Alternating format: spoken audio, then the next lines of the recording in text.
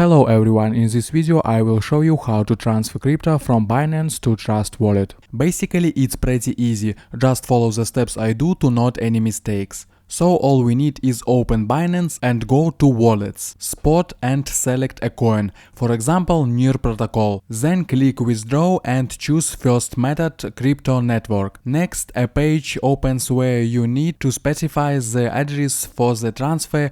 Go to the wallet you want to transfer to, for example Trust Wallet, search a coin near, select and click Receive. We have a QR code and an address to receive. If you have the opportunity, you can scan the QR code and send the coins. If not, then copy the address and return to Binance past the address. We select the network, in our case it is the Near Protocol. Next we specify the amount and look at the fee. Click Withdraw, check everything and confirm.